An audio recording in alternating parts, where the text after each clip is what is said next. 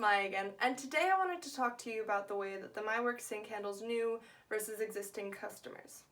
Upon installing the sync, you'll first go through a process called mapping, which is where you match existing WooCommerce customers to their corresponding QuickBooks customers via email. From this moment on, any mapped customers will be kept in sync across both platforms anytime any property is changed. Also, any orders placed by a mapped customer will be synced to that customer in QuickBooks, so your orders are kept in sync with the customer placing them. Now you're thinking that's great, but what about new and unmapped customers? Well, it's actually quite simple. Our sync will look for any emails in QuickBooks that match up with an email that an order was placed with. If there's a match, then the order will match up with that QuickBooks customer and sync over. If there isn't a match, there's no problem. The MyWorks Sync will actually create a new customer in QuickBooks and sync that order into the new customer, also automatically mapping it with the WooCommerce customer that the order has been placed with. From the moment that a WooCommerce customer is matched and mapped with a QuickBooks one, they will always be in sync.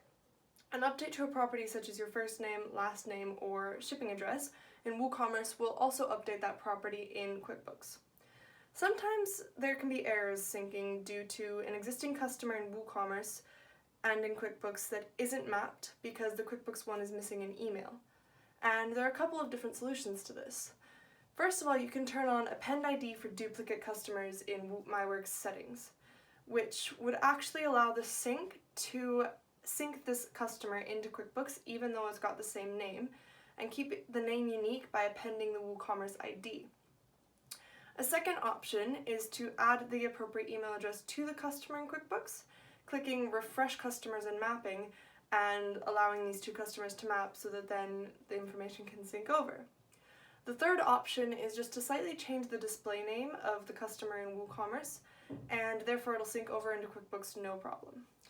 Another error that can sometimes occur is when you're syncing an order to QuickBooks and the customer that is placing an order is not under the default WordPress role of customer, which would result in a customer not found error.